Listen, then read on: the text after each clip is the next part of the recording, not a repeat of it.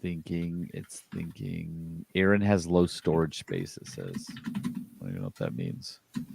You don't have a lot of storage on your computer, Aaron? I was downloading all the freaking demos, man. It says, do I need to make room? I don't know. It just says uploading low disk space. I don't know what that means. It'll just take extra long for his thing to upload? I don't know. I guess. It just means we got to go faster. I installed some stuff. It should be fine. Cap. I mean, yeah, it's not like the file's huge. At most, it's like a gig and a half, maybe. So a gig and a half. Oh, let me uninstall some more stuff. What are you using? Are you using your phone? He just keeps it at 99% full all the time. If you're not using all your storage, why have it? It's like a little mini game for Aaron. He's like, I got to download this. I need to it's delete like something. Credit card with interest. Like I just got to data Tetris, paying it off with other debit cards. Okay. All right, ready when you are. Okay, Peterson. I just came up with the greatest idea ever. Hit me. 2 words. Sorry. What are you doing? What are you coming in with? I guess I'm being Hermione. I don't know. I'm sorry. Popping, yo. It's just she was feeling it. Peterson, I just came up with the greatest idea ever. Hit me. 2 words. Casino, train.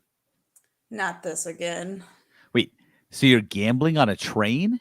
Is it just like a Nevada local thing or something? No, that's the best part. You can only gamble when it passes through territory where gambling is legal. I really don't think this is going to work. Does it have any planned stops by me? Oh, yeah. But you got to wait like an hour for it to hit the border before you can start playing. That doesn't sound fun at all. Yeah, I agree. This is probably one of your worst ideas, dude. Everyone shut up. The gamble train stops right by my house. It's not even built yet. Stop crapping on my dreams. JD, build the train. Choo-choo. You've just boarded the 3-Bit Gamer Show. Welcome to the 3-Bit Gamer Show. I'm JD. This is Peterson. Aaron. And this is Jenna. And we're here to train your ears. Stop. What? Was it a train pun? Oh my gosh. JD, I'm not tracking. Huh? I'll stop blowing smoke. I'm sorry.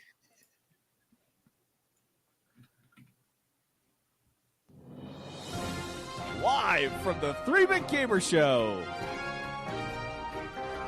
The news. Okay, our news this week is brought to us by Crave Cookies. Crave Cookies is this amazing cookie shop here in Salt Lake City, Utah, but not just Salt Lake City, Utah. When am I going to be able to stop saying that? I need to find a better thing. Crave Now, Cookies is a national ago. cookie chain. There you go. I don't know. It's just crazy to say, considering that they've been with us since they were one store. Yeah. Never quite get used to that. But if you are a Crave Cookie insider and you're tuning into the podcast for one reason and one reason alone, it's to get the cookie menu for next week. Not the one that you can find on cravecookies.com, but next week's menu. Well, I got it for you. Let's see. That's October 20th. For the week starting October 20th. What? Trent has a cookie called the Snickety Split. I like that. I hope it's I'm assuming a Snickers and banana thing, right? I don't like that. Just mix the bananas, more Snickers, please. The Twix, a maple bar, which is my favorite kind of donut. The Bueno. Yeah, that's my favorite cookie. Oh, yeah. And better than pumpkin pie. Is that a better than sex take on the pumpkin pie cookie? I could see that working. Yeah. Trundle your way down to Crave Cookies and find out. So check it out. If you're a resident of the United States of America, go to cravecookies.com and get your cookie on. Sony claims that size doesn't matter as they whip out their new skinny consoles. Wow. You had fun with this headline. I had fun with all the headlines this week. That was my new New Year's resolution this month. Just like Better like headlines. real sexy headlines go ambiguous. Yeah. Okay. What Lots more about that sex skinny puns. We have a parental advisory sticker on our Apple iTunes thing. Oh, we got to let's fucking utilize make the most of that. Okay. Yeah. Okay. So Sony's rolling out a slimmer, lighter PlayStation 5 that has a detachable disk drive. There we go. Can't say detachable without me thinking about that song. 30% less. What song? Detachable never heard about penis? this? Yeah. No. Karen knows all about detachable penis. Dude, it was during high school. Everybody knew this song. Detachable Okay, but you guys are like 10 penis. years younger than me or something crazy like that. I think we're the same age. It's a wouldn't- song by King Missile. And Okay, it's where he sings a song about waking up and his detachable penis is missing. all right, send me a link. I'll watch it later tonight, I guess. No, it's just a song. There's no video. There's- I'll, He just like, I want to see this thing. I want to how see it a works. video. Jenny, you're with me, right? Honestly, it sounds practical as fuck. I think we should move along. This is good. Thanks, Mom. So the PlayStation 5 that they are going to be selling this holiday season, I don't think you're going to be able to get the old one anymore. This will be the new one. It's 30% smaller. It has a terabyte larger storage space. Oh, yeah. Same price though. It's $500 for the one with the disk drive, $450 without. But if I understand, if you buy the $450 one and change your mind, you can still buy the Blu-ray player or whatever disk drive later. And Like just you slap it can- on. So it's Okay. modular, which I think in hindsight, that's the approach that they both should have taken, Xbox and Sony, from the jump. Yeah. Just have it be an attachable, You don't like want an you don't want add-on. VR? Fine. Don't, Because then whatever. from a manufacturing perspective, I could be talking out of my ass here, but I feel like then you only Yeah, have to manufacture the probably one console. And then you sell it with or without the add-on, and then you sell the add-on separately. But Xbox had to make two separate consoles, and if you remember, some games have been delayed because they can't run on the shittier console. Yeah. So this is kind of an interesting choice. I also think it's interesting if you guys remember in any recent memory when they've released an updated console. They've been doing this since the PlayStation 2 days when they released the PS2 Slim. PS3 had an updated one. PS4 had an updated slimmer version. And I think Xbox has done more or less the same thing. Do you guys remember there ever being the same price point as the original console on those? I don't remember paying that close of attention to it. I thought it was normally like $50 cheaper, wasn't it? Mm-hmm. It's always been it's either 50 or more. I remember the PS2 Slim was like stupid cheap compared to the original launch of the console. I think it's obviously an inflation thing, aka inflation. But man, that seems fucking crazy. They gonna sell? They seriously think they're gonna sell any of these? Does anyone want a PS5 in 2023 still that doesn't have one already? I'm waiting for the Pro if I'm gonna get one. The Slim Pro. Yeah, so is the Slim PS5 Pro going to be Slim Pro. 600? Like, shouldn't this Yeah. set the precedent of being cheaper so the Pro can get away with being the same? I don't know. The pricing doesn't make sense to me on this one. It's fucking weird. It should be 400 and 350. They would move them. They'd move them at 400 or 450 and 400 even.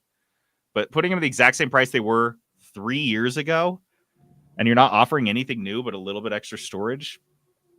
Oh, that's fucking It's stupid. slimmer.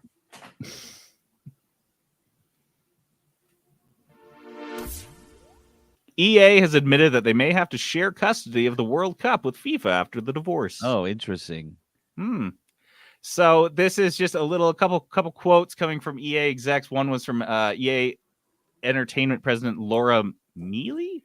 She said, quote, "We're looking to potentially do World Cup partnerships with FIFA." Seems to be, and I think we talked about this, like, how do you make a soccer game about professional soccer teams without FIFA. FIFA at all? Yeah. Like, and I think they're realizing, and maybe they knew this all along. EA was like, whatever, we'll just like figure it out down the road. But we're not going to have a hard partnership. The other quote came from EA Vice President DJ Jackson, who said, quote, the only thing that we don't get through not having the FIFA relationship anymore is the World Cup competitions every 4 years. The only thing they don't get from not having FIFA is the World Cup. It's like That the is stupid biggest tournament in the world. Like, who cares about that? that's it. It's just a That's the qualifier. one thing we don't get.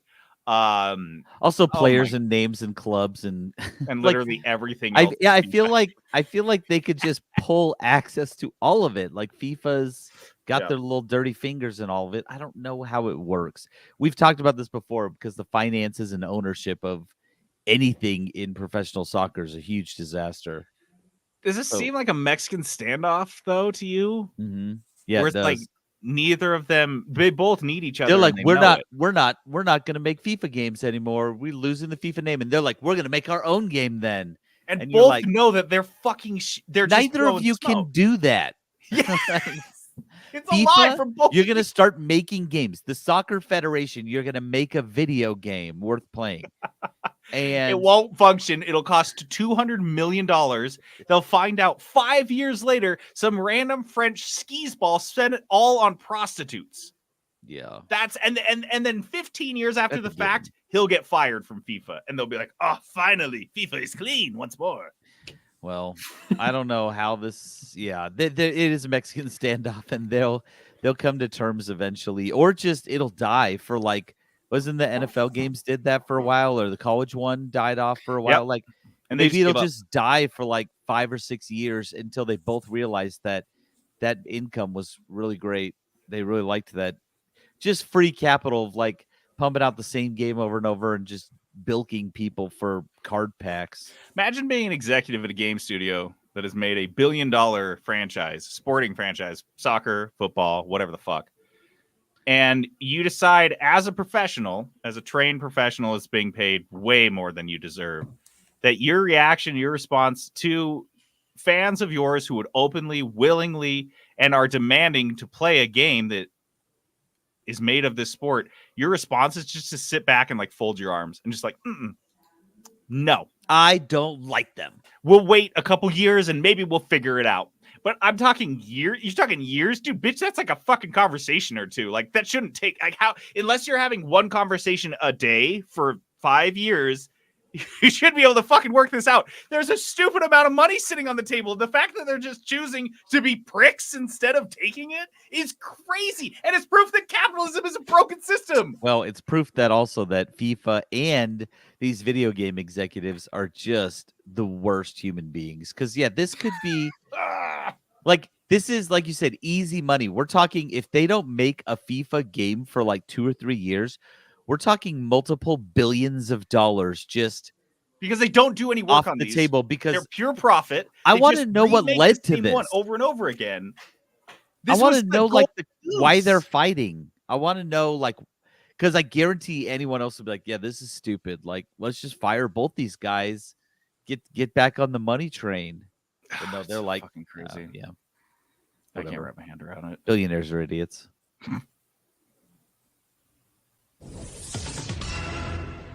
Gaming executives' lack of independent thought has led to 6,000 layoffs in 2023.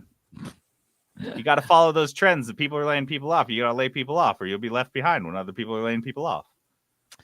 Well, I mean, you're not wrong.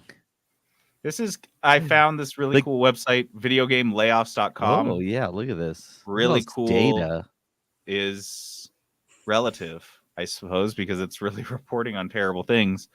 6,403 layoffs are currently listed. Actually, when I put this up here, it was just over 6,000. So, Ooh, yeah, a couple hundred in the last week or so. going up every day. That's a lot of fucking jobs, man. And that's just what they're reporting here. It's really kind of interesting. Videogamelayoffs.com if you want to go check it out. I think you can sort by like it lists them by date, so the most recent layoffs, and you can see the company and everything else. Leading the pack looks like it's Unity. Is that what it says? Epic's at 830.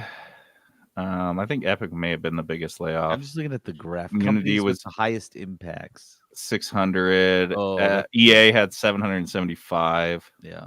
Okay. Unbelievable numbers here. September was our record-breaking month for layoffs, so I guess great job. Way to go, September. That was fun. Felt good.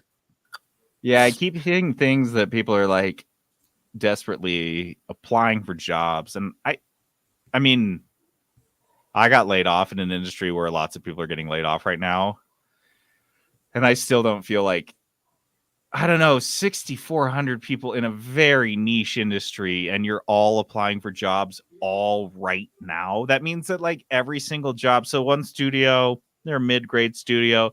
They have a couple openings because they've got some games that just released, so they've got some cash. What do they have?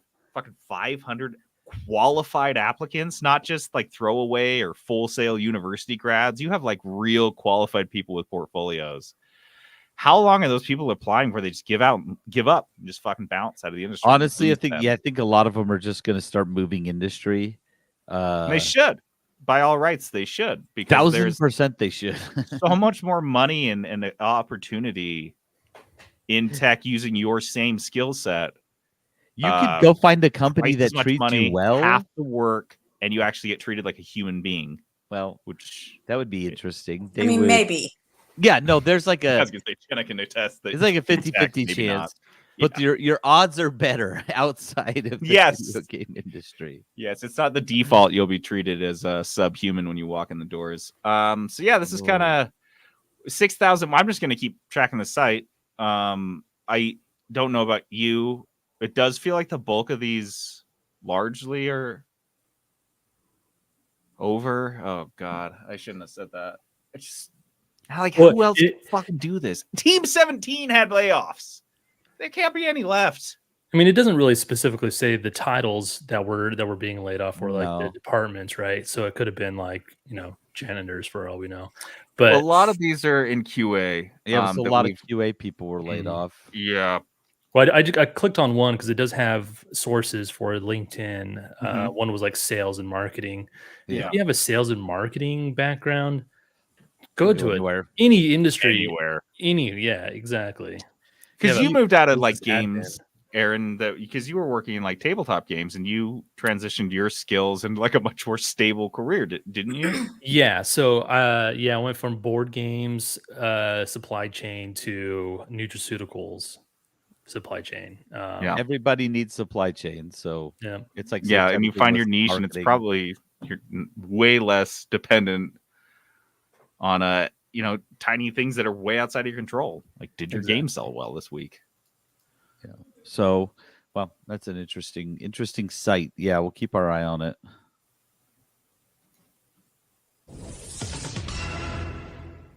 Arma 3 footage is once again fooling Fox News watching uncles everywhere into believing it's real.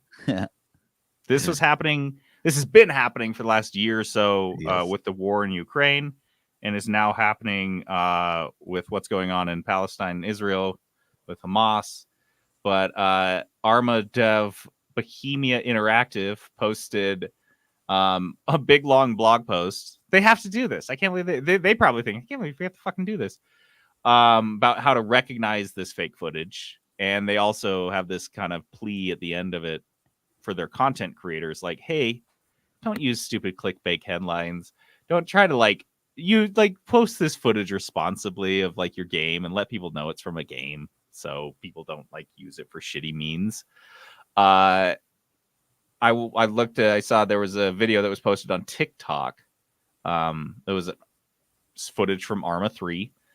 And it had 3.5 million views. Oh, it was claiming to man. be attacks coming from Israel. 3.5 million people saw this on TikTok. Who knows how many thought that it was real, but even Even if half thought that was 10%, real. that's 300,000 people saw this and were like, "Oh wow!" Every great. single boomer that saw it thought it was real. I can tell you Yep. Garen fucking teed. that. They just believe everything they see online at this point. That's kind of the problem. Is like, you can be like, why didn't TikTok pull this down before it got 3.5 million views? It's like, because then another one would crop up and another one. I was Also, seeing it's these getting 3.5 million views. Like, so cha-ching. yeah.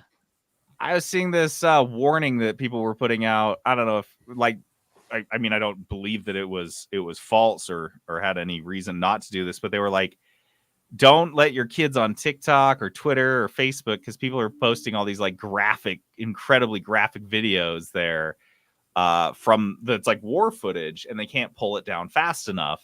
So your kids are just going to see, people's bodies exploded in a road. So I think that's what they would be focusing on, if anything. And this stuff is like so out there. And the sheer volume of just absolute shit that's being posted on all these social media channels, no one can keep up with. So it's just like one more source of like,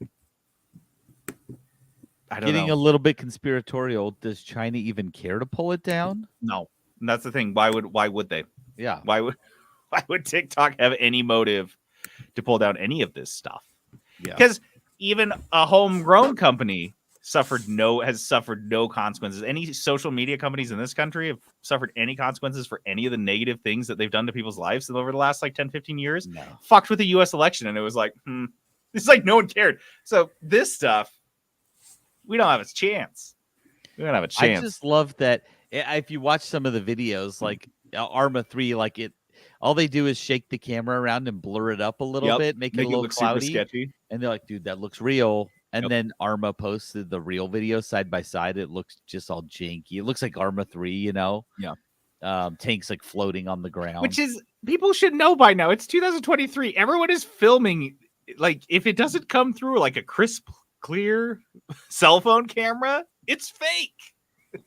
Like, all the footage should look pretty good. It's not like 2004 Iraq anymore. If the footage looks like it came out of like a Bush era Iraq, like news footage, fake. Yeah, it's fake. What are they filming it on? That doesn't. I don't even know how they got their hands the old on that Nokias camera. They were using for IEDs, and that's what they're using for the fucking cell phone videos that they're like pretending are Arma 3. I know Palestine and Israel has their problems, but I promise you, they have modern cell phones. Nope. That not... was the first thing they shut down. Only crappy camera phones and like those little like point and shoots. Yeah. Oh man. After a week that seemed to prove the existence of karma, Unity has canned John Rocket Yellow. Richard Yellow? I'm done. You got fucking canned. It doesn't matter. We don't need to talk about him again. I never need to mention this asshole's name again. He's James gone. M. Whitehurst. I don't know why they listed his middle initial. He's probably very waspy. Kill somebody. Yeah. Oh, he's either a serial killer or like some dude from Connecticut that went to Yale. Yeah. James M. Whitehurst has been appointed the interim CEO and president of the company. I think when we talked about this, I feel like we were watching the stock price immediately following the Unity announcement, and it wasn't really going. It wasn't really affected. Do you remember It that? did like take right it after did take a little dive, little dip, and we were like, it's not. Does no one even know? Does the market not? I think I said something on the podcast like the market doesn't reflect reality because it hasn't gone. Well, I'm eating my words now because since that September 12th announcement, the stock price is down 26%, down from 38 a share to $28 a share. That's all from this dude's one brainchild that John Rockiello had. Yeah. Ricciello.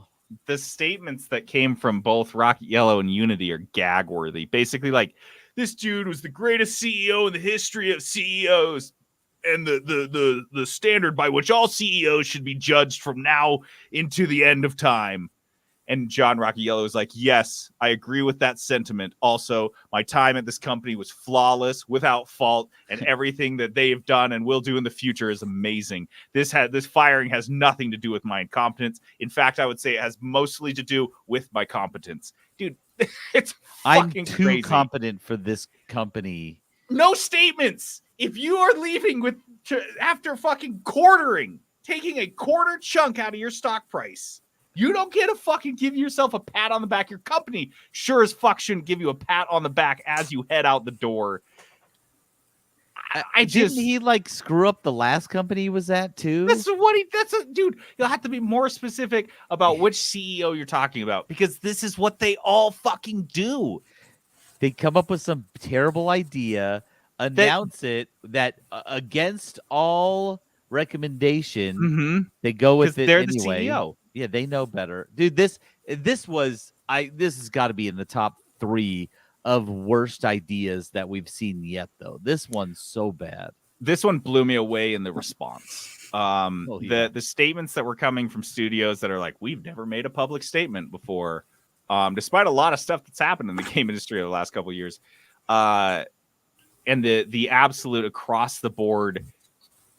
Usually it's like, I can't believe you fucked up like this, fix it. Like every time Blizzard does something wrong, like they roll out the Diablo 3 auction house and it sucks. It's like, well, just fix it. This thing we're reporting on later with Rocket League that they screwed up something. Everyone's like, well, just fix it, put it back in. This one was unique because it was like, you're fucked. You fucked it. You can't unfuck it.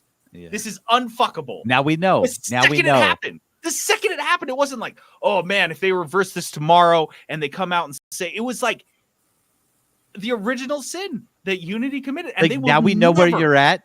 You've been there. Even if you do reverse it, it's over. Dude, EA, Ubisoft, Activision, Microsoft, none of them have run into this type of thing. And they have all made a lot of mistakes in their decades, their combined decades upon decades in this industry. And Unity just stands head and shoulders above all of that. Working with Unity under John's leadership has been one of the highlights of my career. John joined the Unity board in 2013 and stepped in to lead the company in 2014 at a time when we faced significant challenges. Like, dude, this thing just goes on. They've learned nothing. The new leadership has learned nothing. The company's learned nothing. Well, And they're screwed.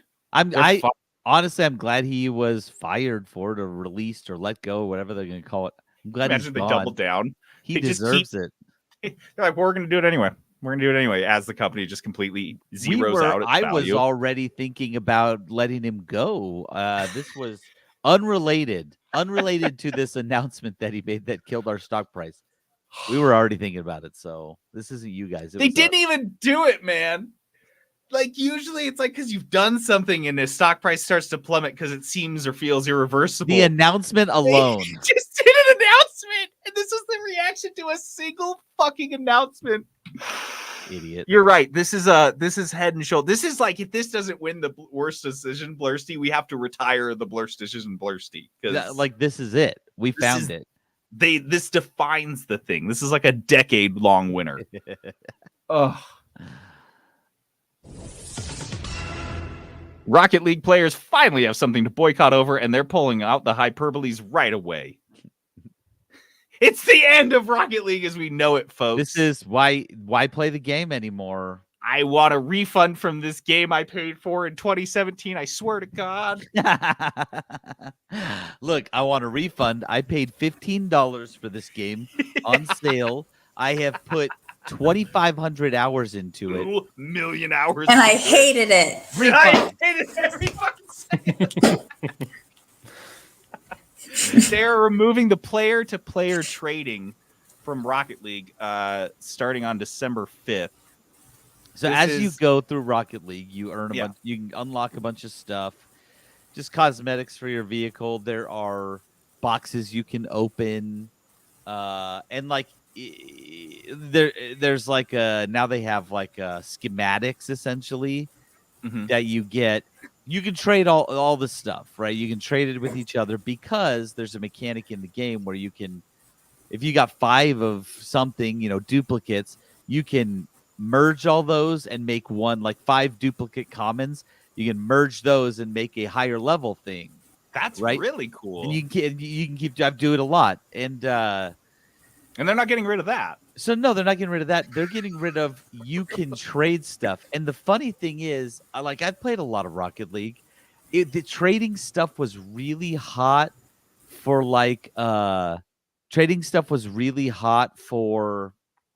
I don't know, everyone got what they needed, and people stopped doing it.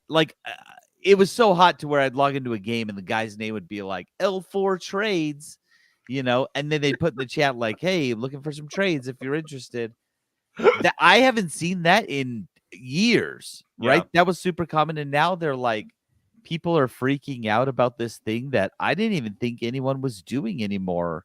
Yeah. So this is a small subset of people. Well, they're big mad.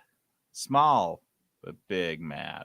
Yeah. Well, this is from Psyonix. So Psyonix these are the guys that made Rocket League. If you remember a couple years back, Epic Games bought Rocket League, just lock, stock, and barrel, right? Didn't they buy Psyonix too? Something like that. Yeah. They own everything. So a lot of people, a lot of Rocket League players have kind of cited this as the point at which the game kind of started to make a downturn. But this is a statement from the Psyonix team. Quote, "We're making this change to align with Epic's overall approach to game cosmetics and item shop policies, where items aren't tradable, transferable, or sellable. This opens up future plans for some Rocket League vehicles to come to other Epic games over time, supporting cross-game ownership. AKA, we're putting your Rocket League cars in Fortnite," which seems unrelated to the issue at hand here.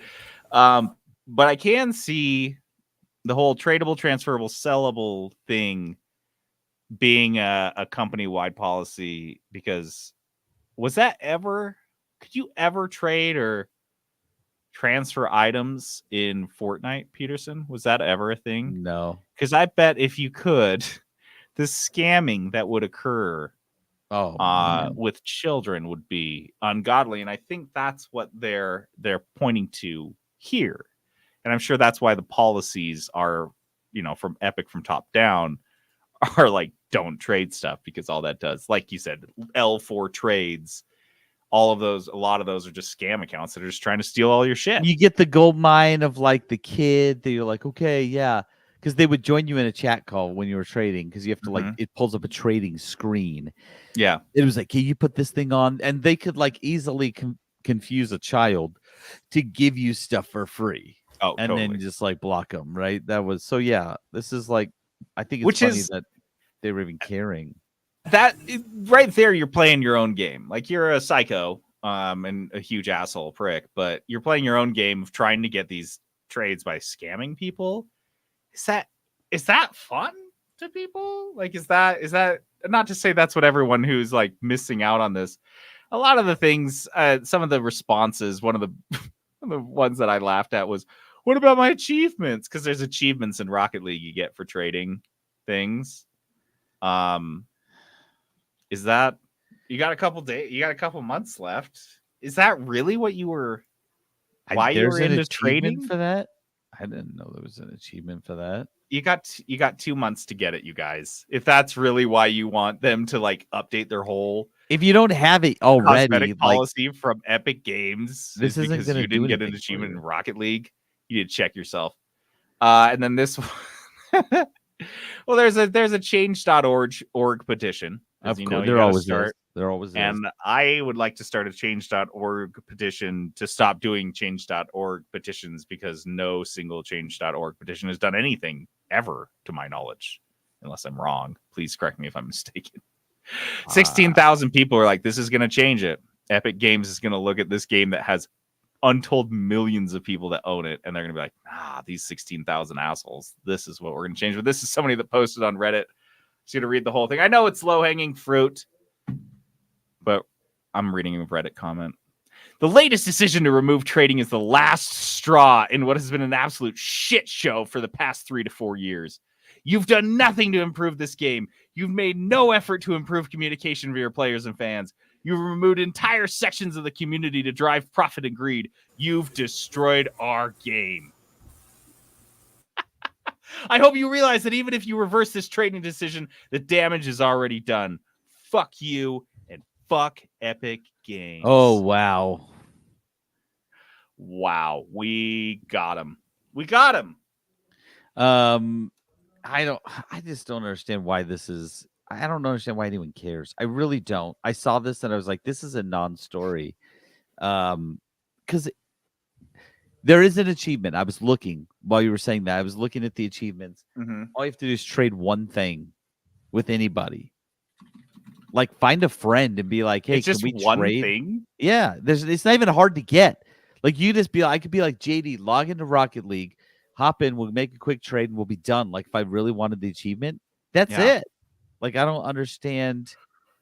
I saw this. This actually came to me because I used to have a former coworker that worked as a freelance game journalist with me, and then he went on to, I think he's a community manager at Psionics. And I saw some post from him that he just had like a terrible day. And so, you jump on Twitter and you're like, I wonder why he's having such a terrible day. And this is what it was. Apparently people were, was this thing? yeah, that's how I found this story. It was people were blowing up the community manager for Psionics to the point they're like ruining his day over this. I'm like, this shouldn't ruin your day if you're upset about it, let alone like you shouldn't be like, I have to go ruin someone else's day now. That's fucking crazy. Yep.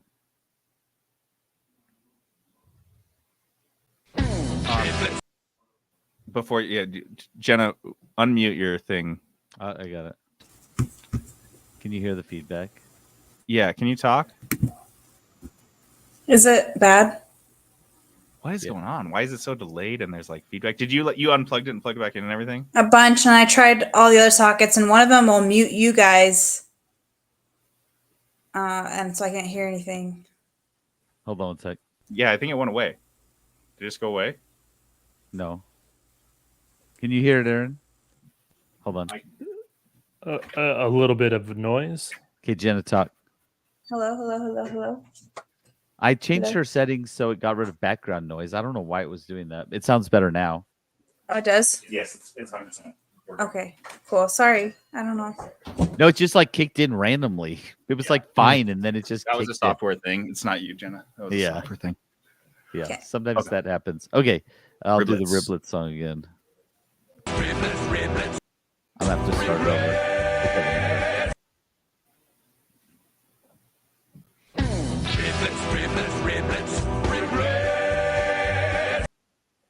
That song starts strumming, my heart starts pumping. I got the twang in my voice because I got some twang in my heart for Riblets. I can't stop doing that. I don't know. Are we what's wrong twanging with the me. rest of the episode? Oh, everybody. I'll twang Just the rest of the episode. I don't even know. care. I love to hear twang from all y'all's. Riblets. You maybe ask yourself, what the fuck are riblets?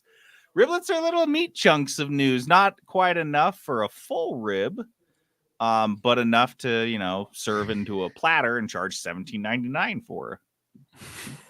So first up here, we've got a survey of 12 countries found that most gamers play to have fun, except the Italians. What's wrong with Italians? What are they doing? They are playing to, quote, pass the time. They had this survey and you're like, why do you play games? It's like to have fun, to pass the time, to XYZ. Every fucking country that they surveyed, normal response. I play video games to have fun. Like it seems like that was like a gimme. That was like a control question to make sure that they were paying attention right. to the answers. And Italians are like sitting on their phones, they're sitting on their Xbox, whatever, and they're like just getting through the day. They're I gotta pass it the time. I gotta get to the evening when I go to the bed. Like that's what you're doing.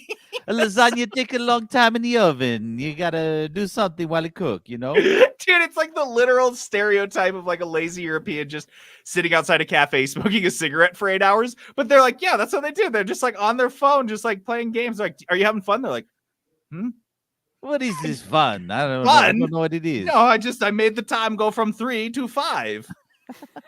What? It's the fucking craziest response. I don't know. And we have 11 other countries, and it's not like it was a language thing because I think they did it like in Japan and like Japan, Germany, Italy, Poland, Australia, Brazil. It was all over the fucking place. There was options, and no, that's what they do it for is to pass the time. I don't understand. I want to go to Italy. I want to game with Italians. I want to play against them. I don't want to play on their team because they sound like they probably suck at games. It's so bad. Dude, have you ever played against someone and be like, dude, you're really good. What's your name? And they're like, you look at their screen name and it's like Mario. Mozzarella lover or something. It's not. It's always in Korean. Every time I see someone who's really good. That's why we've never seen an Italian esports team. They just don't get it. They play League for like 20 minutes and then they're like, there's something comes up and they just turn off the game. Log off. Because they weren't playing League to like win a game or even to play League of Legends. They were just passing the time for 20 minutes. Can you imagine if they had an esports team? Yeah, they're just like, We're like, the time's. I got dinner. I'm gonna what head time out. is it? You know what? Dinner. Just get up and leave. They do esports until it's time for supper, and then they just bounce. I was just trying to kill some time. This is Dude, the stereotype hobby. that Italians are like lazy and bad at video games. I'm leaning into that. That one's harmless and hilarious. the worst video gamers because they just And they're don't not bad care. because they suck at it. They're bad because they just don't care. Yeah. So what do they do? Do they smoke to have fun? They kind of swap those I around. think the implication is they don't have fun, right? They don't Yeah. have no. What are you doing to have everything you do is just to pass the time? That's like Yeah. your culture. What? Yeah, that's a good point. But I am late tired. Okay, we'll take a nap. And then launch the missiles. The Activision acquisition is over. Guys, it's over. That's it. That's the last time I'll ever say it. And we can move on. I don't want to talk about it. I hate it. Bob Iger is being pushed to purchase EA for Disney to develop their properties in-house. This was buried. This is so buried in a giant Bloomberg article entitled, "Has Bob Iger Lost the Magic?" Oh, I don't Can think Bob this Iger is get it up weird. anymore? Which is basically what they're saying. And I'm like, okay, guys, he's like 70. So no. But apparently all of his deputies have been pushing him to, quote, consider a bolder transformation of Disney from gaming licensee to gaming giant through, say, an acquisition of Electronic Arts. But he's like, nah. Can I just say, EA can't get worse. Why would If you EA say that? was purchased Why would by you put Disney, that out there? I wouldn't be like, oh, this is going to ruin EA. If EA turned into a Disney license shop, I mean, they did a terrible job with Star Wars. They never did Simpsons again. Actually, as I'm saying it, I think this is why Bob Iger hasn't done it. What does he fucking know about this? EA can't even do it well, and it's their bread and butter. Yeah, I don't. EA could definitely get worse. I feel like. Yeah, I mean, yeah, they scraped the bottom of can't the believe barrel, that. but we can get. they We can really get to that could get bottom. worse. We Fuck. can get through the bottom of the barrel, no problem. We'll get there. Well, EA is being apparently protected by Bob Iger, who's just been sitting there taking arrows for him. I'm But- not even sure he knows he's doing that either. He is very old. No, you can't feel his back anymore. I just think that eventually Disney is going to have to figure out something because of this. I mean, they own The Simpsons, they own Star Wars, they own Marvel, and the games that are coming out of those giant properties are nothing. Nothing. Some of those should be putting out some of the best games, and they're just They should at least be putting out money makers. You look at Marvel, and at least like their movies are shit in the bed right now. They can't seem to get anything together. But you know they're still making money off of all these, like, there's like the kids properties, like the kids Avengers animated series and all the fucking things and everything that makes them money. But then you get over to the video game side of the house and it's like, oh, we got some skins in Fortnite. That's our Spider-Man. primary I don't cash. know. Yeah, and Spider-Man, which goes all to Sony, Yeah. all that money. So Yeah. they're gonna. What is Disney doing? I guess. Also, one more union is formed at CD Projekt Red. They've formed it. This is their own. They made their own one. It's called the Polish Game Devs Worker Union, and it is a direct response to recent layoffs at the studio. I love that, and they've said it outright. They're like, "We formed this union because you laid off all our friends." So, beans. I mean, you get what you get, right? Get what you get. Fuck yourself. You earned Stupid. yourself a union. That's what. Wouldn't that be Dude, great? Is the result of all these layoffs is just a shit ton of unions? Oh, Jenna, I think that's what we're seeing with this year. Like in the last quarter, JD has been reporting on several unions starting to form. And now that they've did 6,400 layoffs. I just think we're going to see more and more. I think And you get a point to the Screenwriters Guild and the Actors Guild stuff and be like, look, this is what we can get Yeah. if you join us. It's happening this year. What all we right need, now. what they need, is a major union to like a major existing Mhm. union to step in instead of them forming all their own little micro unions. They need a major existing union to do that, and that will be the main catalyst that will just the domino that will start tipping everything.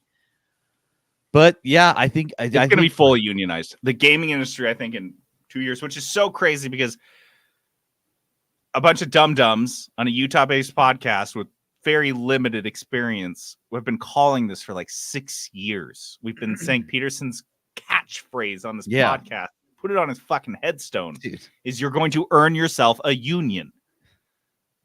And this is what they're doing. they didn't seem... Jenna because they said were it. like, They're wait, is laying that going to off. happen? Is that going to happen next quarter? And they're like, well, no. They're like, hey, well, we don't give a fuck. Great. Cool. I won't be here for that then. But yeah, I think the whole industry would make sense, just like Hollywood makes sense as a unionized industry. And that'll be cool. That'll be cool for new young game devs to get their union card. And like they post that on Twitter and they're like, yeah, I'm in the industry, and they're automatically protected. And you guys earned this. At least they've got somewhere to go for grievances and stuff like that. That's, I think, going to be the biggest piece, because you can still lay off union people, like that happens, but they've got a little bit more security. You can go somewhere other than Jason Schreier. It's got a little security blanket, but they will have a grievance process and that sort of thing. So companies can't just get away with whatever they want, right? Yeah. There will be a process, and they'll learn very quickly. They try to get away with whatever they want, and they're going to get sued. And that lawsuit, no one wants to do a lawsuit, so that's going to turn into, there's going to be pumping out $30,000-$40,000 settlements over and over and over until they stop. That's how it works. Anyway. So Peterson continues to predict the future of the gaming industry. There we go.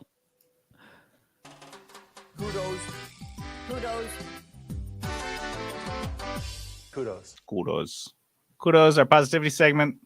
Giving shout outs to the good things that we love. I have a kudos that I want to give. Also, credit to Peterson. This is a big shout to Peterson.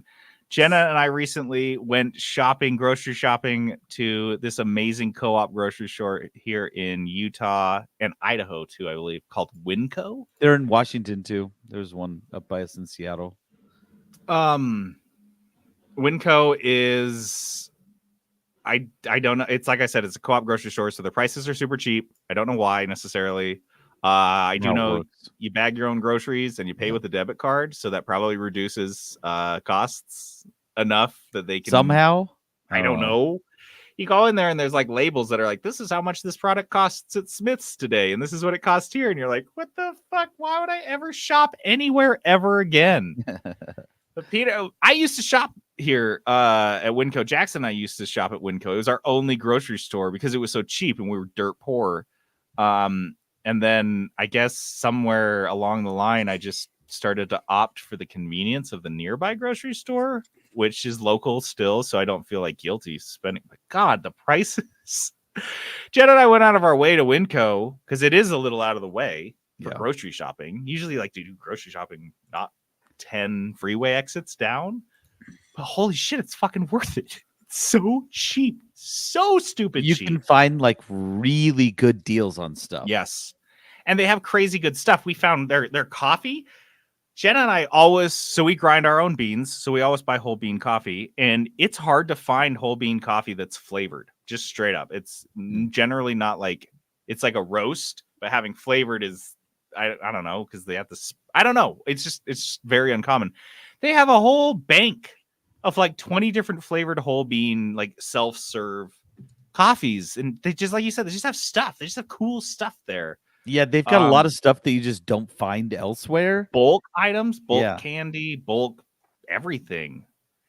Guys, snacks on my road trip, snacks. I just go grab bags and just start filling them up. And they're open 24/7, 365, right? I think so. It's a 24-hour grocery store, and it's everything I just described, and it's open all night and all day. I don't get how it exists. How do they find the employee? Because wasn't that the number one thing they did to cut costs in the pandemic with fast food? We're like, okay, we're getting rid of 24 hours. Winco's like, we don't give a fuck. Keep it running. Gave it running all the way. Also, inflation, not at Winco. Doesn't happen there. I don't know. If you guys haven't been to Winco or you've seen it and it's just kind of out of your way, so you're like, yeah, what's that? Go to Winco. Go to Winco. Do all your shopping at Winco. I've got one kudos. Mhm. I went to Seattle, and this is a very specific one, but I went to Seattle this week, back to my old stomping grounds, went back to my favorite restaurant, which I'm giving kudos to because it was so good. It's called Din Tai Fung. It was funny. I texted my buddy Dave. All I texted him was DTF. Question mark? He goes, yeah. And he goes, of course, because as long as that means Din Tai Fung. And I was like, you know it. It's Taiwanese food, and what their specialty is dumplings. They've got all sorts of stuff, but Taiwanese dumplings, everything's made in-house. Even their noodles, they make in-house for their noodle dishes. There's not a bad thing on the menu, and the menu's actually pretty big. Like, they've got a bunch of stuff, bunch of soups, bunch of different types of dumplings. Everything is good. I know there's like 3 in Seattle area. There's one in Vegas. I know there was one in Singapore when I was there. Like, they're just kind of scattered all over. They should be everywhere. Honestly, when I moved to Utah, I was like, I bet if we opened a Din Tai Fung in downtown Salt Lake, it would make so much money. The place is always busy. Every one I've been to, every location I've been to, always busy. Incredible food. Everything. The Taiwanese dumplings are those soup dumplings. So it's a dumpling, a little dumpling, and they put like a gelatinous soup in it. So when they steam it, it becomes soup inside with like the meat. There's like, pork in there. God. So when you eat it, you dip it in this like vinegar soy sauce mix. You poke a hole in it, and so the soup kind of runs into you. Eat it in a soup spoon, and then you just pop the whole thing in your mouth. It is. Oh gosh, it's so good. Everything had me is at good. dumpling, and then it just kept getting better. It's so good. I went there, gorged myself on as much food as I could eat because it was so fantastic. Loved it. I was worried because of the expansion that quality would have dipped, or maybe I had inflated it in my mind. I did not. It was as good as I remembered, and I dream about Din Tai Fung. I really do. It's so good. So if you ever go to a city with a Din Tai Fung, I highly recommend you check it out because it is outstanding. Sweet. Does anyone else have any kudos, or do we want to move on? Yeah, let's do it. Do it. Do it. Spin it. Here we go. Jenna's favorite. World premiere. I'll never forgive you for this. Sands and Peterson duet. It's incredible. Are you kidding? My kids still sing it. Hitting up Steam with the demo so clean. Steamfest Nextfest Steam. Hitting up Steam with the demo so clean. Steamfest Nextfest Steam. JD and Jenna Sands playing demos on Steam. Steamfest Nextfest Steam. Hitting up Steam with the demo so clean. Steamfest Next. Oh wait, hold up. Nextfest Yeah, let's Steam. redo this. I think it's off a little bit. We'll just start. Steamfest We're still going. Okay, we're still going. Nextfest Steam. Oof. Demo. You guys, it's Catchy. that time That's my again. favorite one. Do we do this twice? It happens so often. I'm like, do they do for these 4 times a year? It's twice a year, right? They only do this twice, right? I don't know. I but think it's only been the second time. I think it's twice a year, but it feels like we're doing it a lot. But it's okay. Honestly, I really love this. Oh, I this really is love this. awesome. Yeah, this is absolutely. I feel like it like dictates my gaming year, at least for the next couple months. Finding stuff I want to play, finding stuff, Yeah. Yeah, July. It was in July previously, and then June. No, wait. Yeah, July. That was the last one. Yeah. And then Nextfest, and Maybe then it's October. every quarter. Who knows? Yeah, no, it's every. I think it's every. Maybe it is every quarter. There's a lot. Damn. Well, we did it again, you guys. We played a bunch of Nextfest games on Steam, and we're here to dump on you Dump. all of the good Dump games right we on played, you. because these are kind of the hot games that are going to be coming out over the next Hot, steamy year games. plus. We're Hot, dumping steamy hot games. games right on your Hot, ears. steamy games. What, Because Jenna? Why are you making that face? I don't. I don't think she Fine. understands what we're talking about. We're Demo. talking about shit, hun. So Scat specifically. Scat. Oh, Ew, why did you say that? Because it's my least favorite word. Aaron played the most Steamfest Nextfest Steam games. So why don't you start us off, dude? yeah, What'd you I went crazy. So I was looking for sports games because I think that's probably Interesting. my least searched games on Nextfest. I typically go to strategy or simulation or survivor kind of thing. Yeah. But Bang Average Football was my choice. Football is in European soccer. Okay. So it's in a like an 8-bit kind of animation style, kind of like Stardew Valley type of Yeah, animation. that's what it looks like. It's Okay. very, very pixelated. But the gameplay super smooth. You can play quick play. They have I think they have couch co-op, I believe. Or Like that. online multiplayer Yeah, co-op. it's a local multiplayer. Yeah, 1 to 4 players can play. They also have a story mode where you were an awesome soccer player back in the day. 20 years later, you're a bum basically, and they want you to manage a football club. So you're Cool. managing your own football club. You pick your own colors, you name the team, and then you just play career mode. And like it's kind of cool because between the games, you actually go in the town and you talk to the people in the town, kind of like Stardew Valley kind of thing. Yeah. Mhm. And then you play soccer the next day. And it looks like it's full 11-on-11 soccer. It's not like Yeah, a lot of these 8-bit soccer games were like 5-on-5 type of thing. and it's usually super arcadey, like power up jump moves or some special powers. Yeah, But like this is Mario soccer. yeah, this is just straight up passing, sliding, Huh. shooting soccer. It's What- there's a lot of fun. Was it And- hard? Was the soccer hard? Yes, it is a little challenging. So I played it on easy, and I felt like they were making a lot of mistakes, like kicking it out of bounds quite a bit. I bumped it up to medium, and it was a little bit more difficult. I couldn't score at all, but the controls are a little wonky. So I think it's still they haven't even put a release date on it yet. So a lot more polishing needs to go into it. But the cool thing is, as soon as you score, they allow you to record a replay as a GIF. And you Oh, can really? and you can save that and share it. That's Huh. that's way fun. I like that. This Yeah. actually does look really fun. Yeah, mean, I if you- recommend it for sure. I'm putting this on my wish list just because I want to watch it. Like I want to see what this game is doing. I want to see how reviews when it comes out. Because it does. Soccer games are a genre that I used to love, and I just the FIFA ones are so hard. Like Mhm. I'm just not good at them. And then there's like Mario Soccer that came out, and I played it, and it was like, yeah, it was just power ups. You know what I mean? You're just like slamming the ball, and you're like, don't let him get that ability off the field, and then he'll, you know what I mean? So it was like not really a soccer game. It was just chaos. So this one is very intriguing to me. Yeah, it's very much like just old school NES or SNES. That's what I was gonna say, football because or those baseball games, yeah, sports games were like the core of early gaming, early console gaming. Yeah. And then they became something I feel like that just studios took for granted. Like, oh, you make a soccer game, you make a football game, and the graphics get better every year and more realistic. But this one's kind of cool because you go back to your roots and you can actually, like Peterson talked about, like make a fun game that people want to play. Like, that's It's easy to do. no figure. Bang Average Football. So let's see.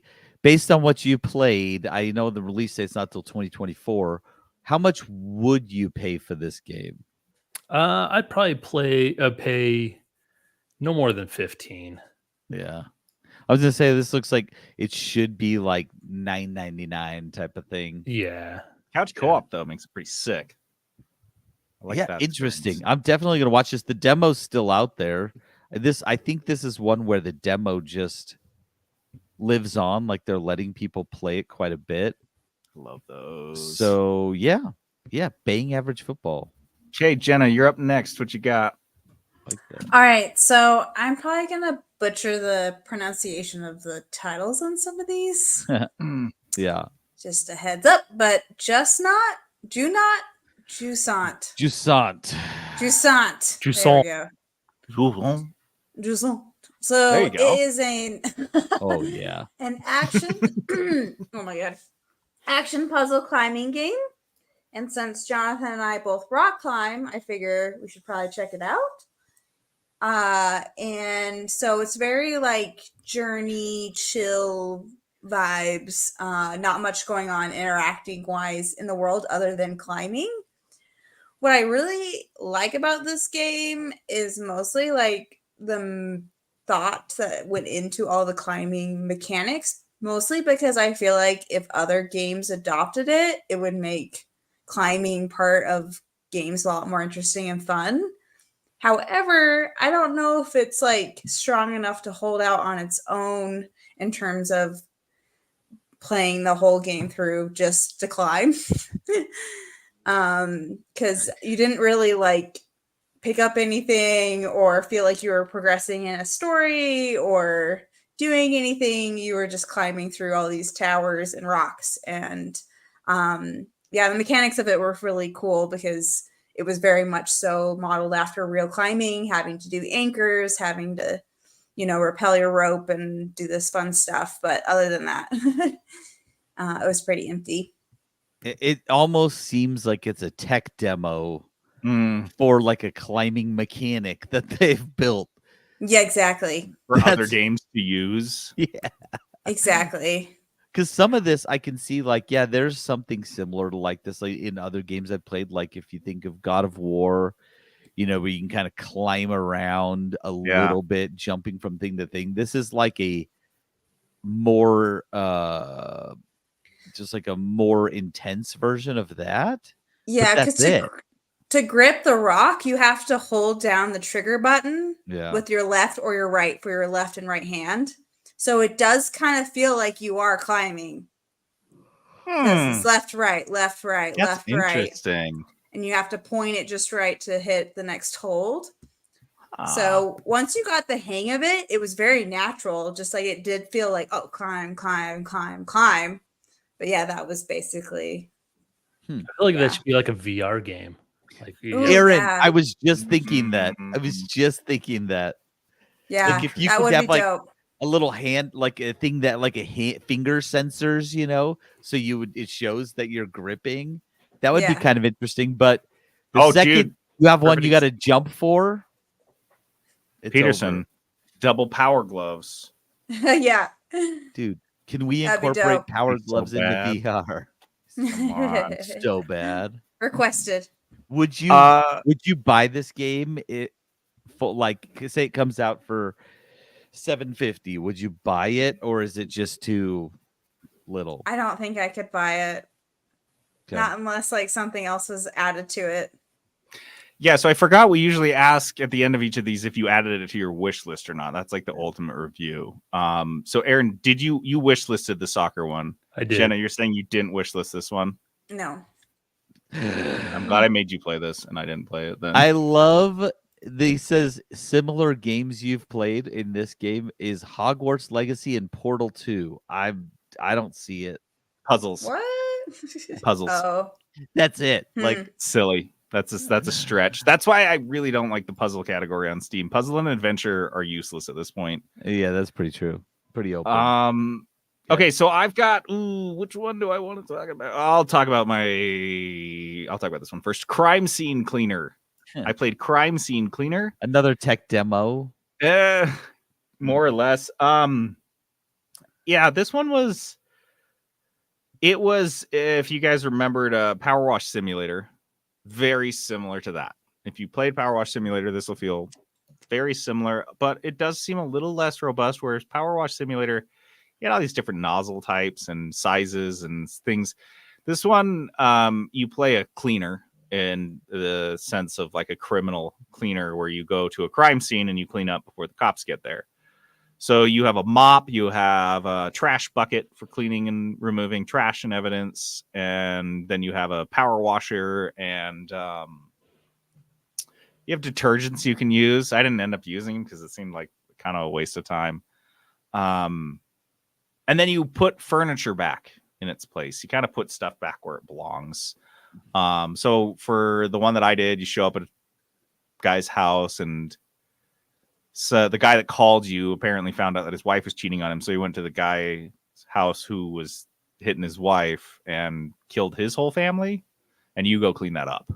You're the guy that they call. You're the guy in Mhm. John Wick, right? Right. Exactly. that That's guy. like the same. You throw all their bodies in bags and you throw them in your truck, and you cart it all up. You clean everything up. You place the chairs back where they belong. Oh my gosh. So conceptually, you understood it. If you know these games, you get it instantly. When I played it, I was like, okay. And part of my brain, the part with ADHD, was like, yes, everything needs to be in a certain place. That's good. Order is good. Yes, let's do that. But then that kind of wore off, and I was like, So I got about halfway through, and I was like, something else came up, and I was like, I'll close it. And when I opened the game back up, I realized it wouldn't save my spot mid-mission. That wouldn't make sense for a game like this. So I was like, whatever, I'll play it again, because one of the things that was promised to me, I didn't realize it wasn't in this demo. I think it was just promised in the trailer. The cops are supposed to show up. They're supposed to chase you, or like you're supposed to avoid them. It turns into kind of a stealth game. Or I think there's an aspect of like you have to clean it before a certain amount of time. So you have like 20 minutes before the cops show up and you got to clean it. Now that would have made this a lot more interesting to me. I wish they would have put some of that in there. Like Peterson said, it's more of a tech demo, because I could have just played Power Wash Simulator and pretended it was blood, you guys. Like Yeah. the Power yeah. Wash stuff isn't impressive to me. I want to see the AI. I want to see the cop interactions. I want to see you're bringing something new to the table with this game. That's different than Power Wash Simulator, but I didn't see any of it in this demo. It was just Power Wash Simulator, but it also had a mop, and the stuff was a little more inconvenient because you had to keep going and refilling your bucket or your power washer, which is okay. But at a certain point, I'm like, you guys just have Power Wash Sim, but I'm carrying dead bodies around. So I missed out on the cop stuff. And so for that reason, I didn't wish list this one. Maybe if it pops up again on another Nextfest, I'll give it another try if they have a new demo. But for right now, it's just not enough. Made me sad though. Peterson. Yes. got? So I'm going to do I played a game called Gunhead. Honestly, weird name. No, that is sick. That is sick. That is such a tight name. Gunhead. This is a roguelike. It looks like a game called Gunhead. First-person shooter. You are so you're in a mech, and you're working for a band of pirates, and you're looting ships that are abandoned and stuff It like looks that. exactly like Borderlands, by the way. Like the cell shaded, the art style. Yes, the art style looks like Borderlands. I was actually pretty intrigued, of course, because it said roguelike, and I just felt like playing a roguelike. So I was like, yeah, this looks fun. I can play it. Okay, so you jump into your first mission. And here's the caveat. I played all these on the Steam Deck. You know I don't love first-person shooters with the controller. I prefer mouse and keyboard. So know that going into it. So I'm playing it and actually played really well on the deck. Really fantastic. The controls worked really well. How warm did it get? It wasn't that bad. But I didn't play for that long, and here's why. I didn't love the game. And this may be personal reasons, because the game was good. The mechanics were sound. It was voice acted, so there's a lot of talking. And they do a great job, especially for the demo, of holding your hand, like what you're supposed to be doing. And it'll like pause when you come up to a weapon. There was a lot of weapons that you could find and just like, oh, do you want to attach this to your mech instead? And try this one out, see if you like it. Because there's limited weapon slots. So you're like, sure, I'll try this weapon out, see if I like the machine gun. I don't like the machine gun. I want to go back to the laser gun. I want to go back to the missiles, whatever. So the roguelike elements were really great because you were just like constantly finding new weapons to add to your mech test it out, see if you liked it. What I did not like were the visuals. And I think, JD, you would struggle with this game because if you kind of looking at the I'm images watching of it, Yeah. it all looks very samey. The bad guys are the same color as the background, are the same color as the doorways, are the same color. It's all very samey. And I'm not colorblind, and I was having a hard time with it. Like The cell shading, they don't do any differences. The They don't- backgrounding is the same thick, Yeah. dark lines that the characters do. and the same color themes. So like there'd be a drone Mm. coming at you, and you wouldn't even notice it. The only way Yeah. you could tell is they would like put a little square around it to be like, this is a drone. But also the weapons had squares around them, and the doors had squares Huh. around them. So it was the And that's- visuals that You killed it. can't for fix me. that with colorblind mode because that's the art style. Yeah.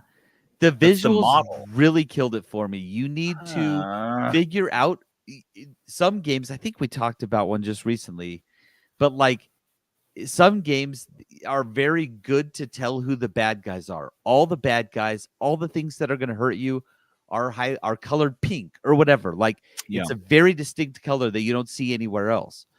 And so that is what this game could have benefited from, because I was going through the first level and I was like, every time I go into a new room, I hate it. I don't know. I can't tell what's going on. I can't figure out where I'm supposed to shoot, what I'm not supposed to shoot. Because it was like, there's this thing, and it was like, don't let the lasers hit you or else the bad guys drones will come get you. And I'm like, I don't see the lasers. It all looks the same. It looks like a drone. I couldn't tell what was what. That was the failing of this game because, like I said, it played really well. The gunplay was well. The flying around in the mech, because it had like a jetpack, was really good. Very easy, very seamless. Voice acted well. I was into it until I started playing, and then there's a map. It's like, oh, there's a map you can pull up that'll help you. Was zero help. Everything was a symbol on it, but there was no map keys. So he's like, I don't know what any of this stuff is or means. So I think this game has a lot of work if they want it to be good. The only problem is it is coming out in less than a month based on the release date is November 8th. So I think it is where it is. And unfortunately, I don't think this game is done well enough to be playable.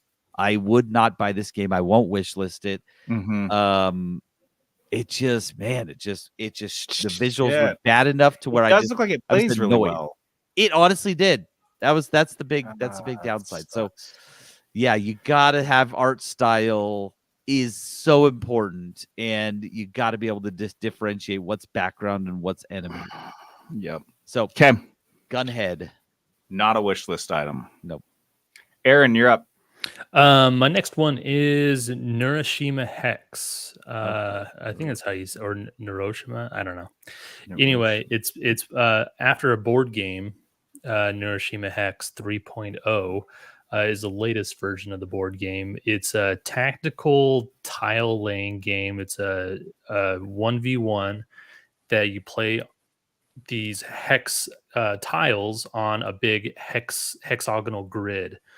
And there's faction specific things. So what you actually have is a pile of these hex tiles, and you're trying to battle each other basically.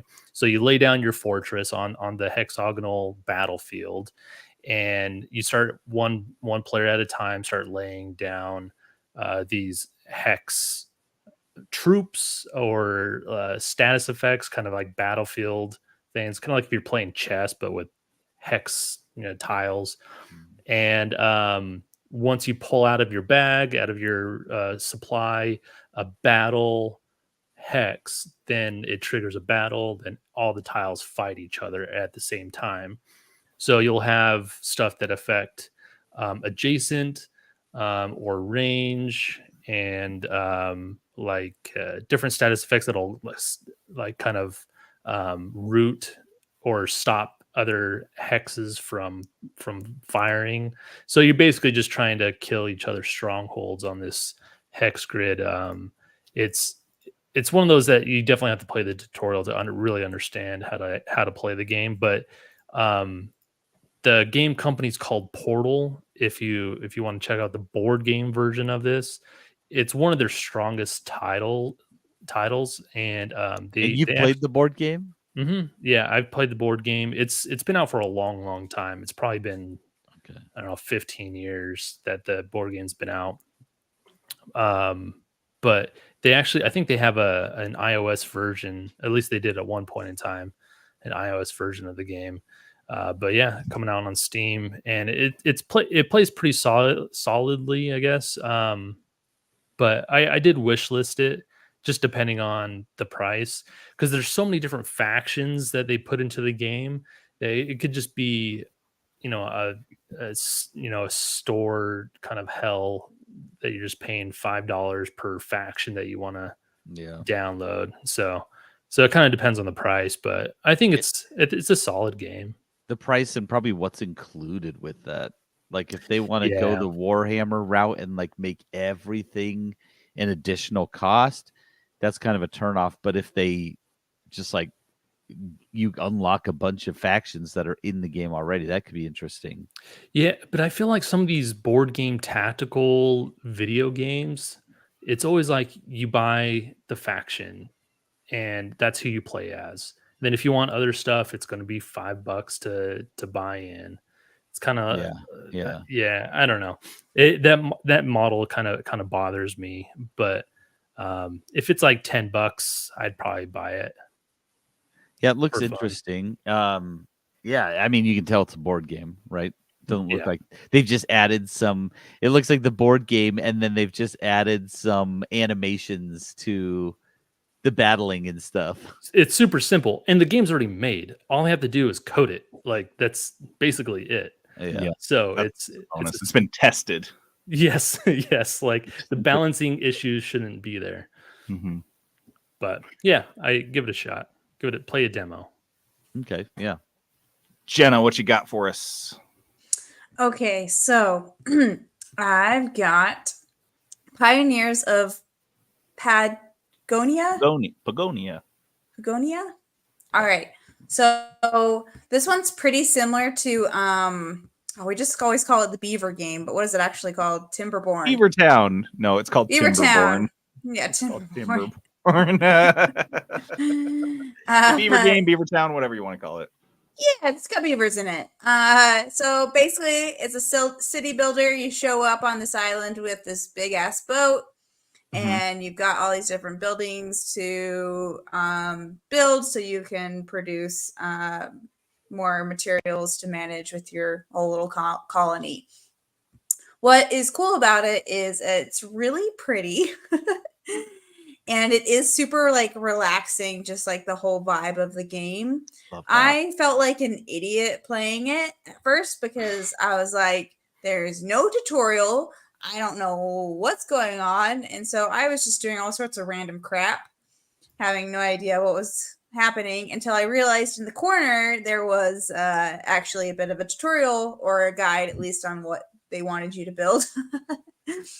And so I restarted the whole map because they are procedurally generated, which is really neat, and did a much better job strategy-wise my second time around, and found myself. That's how these games always are.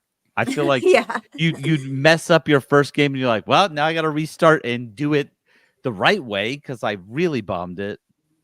Yeah, exactly. And so I was doing a much better job about doing that. And I like that it was very good about actually giving you tips and stuff as you progressed. So I felt like the tutorial was actually really done well, even though I was like shit talking it initially because I was like, there's no tutorial.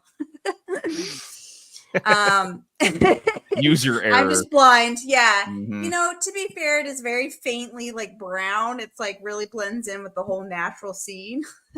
I would have been screwed. Yeah. What's really neat JD about would have it never found it. is that it does camouflaged. feel lifeful. It does feel like you've got this like little island. It's got these deer that wander around that your hunters can kill.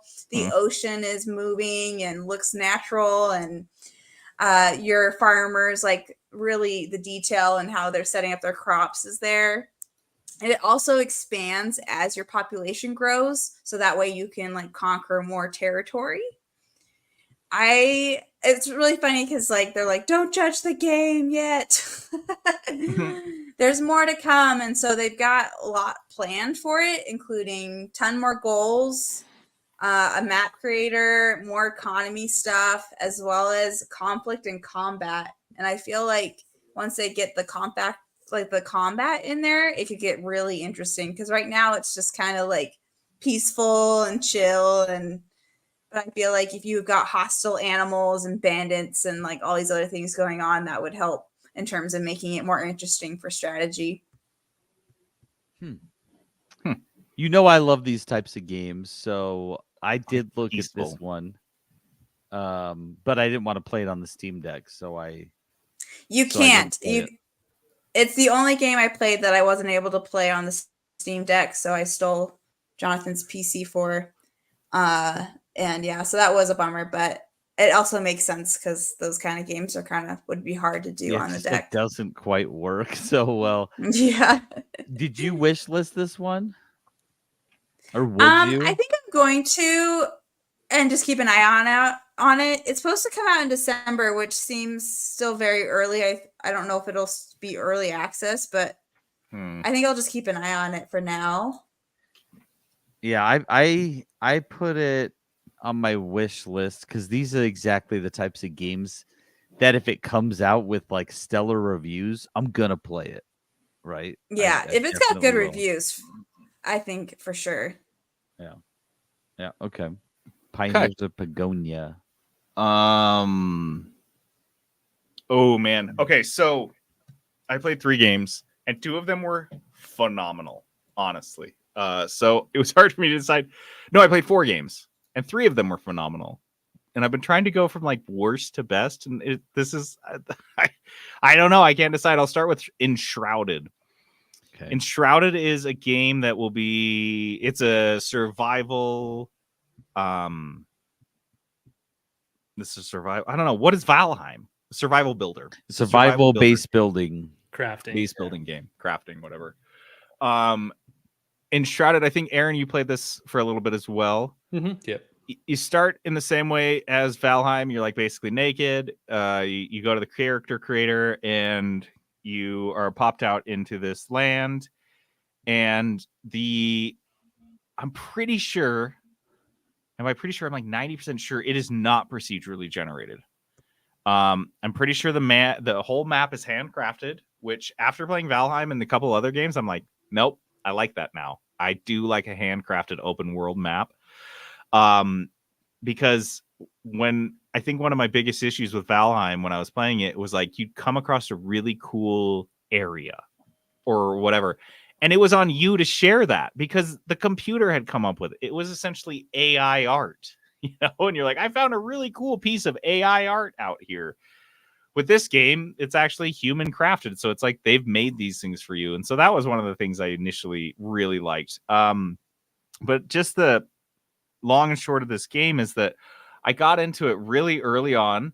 And I'm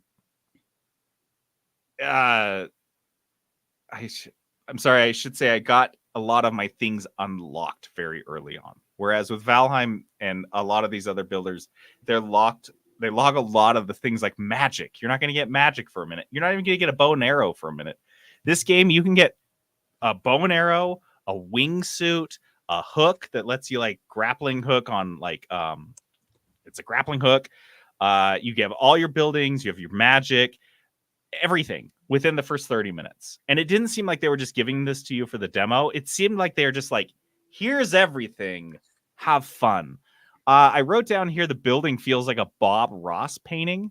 The building is very unique and everything is just in cubes. So it's like, oh, you want to build a wall out of brick? Well, you start with little brick cubes. And so a lot of the time it was really janky. I played this mouse and keyboard. I did not play this keyboard, or I did not play this with Controller. Controller. I didn't play this with a controller because it was like, what the fuck? So I played this with mouse and keyboard so I could actually build, and I thought it would help me playing on mouse and keyboard to be able to like point and click. No, it made it harder. So I kept doing it on accident. But what I found is when I'd accidentally put like a wood piece next to a brick piece, it would make like a really cool looking connection.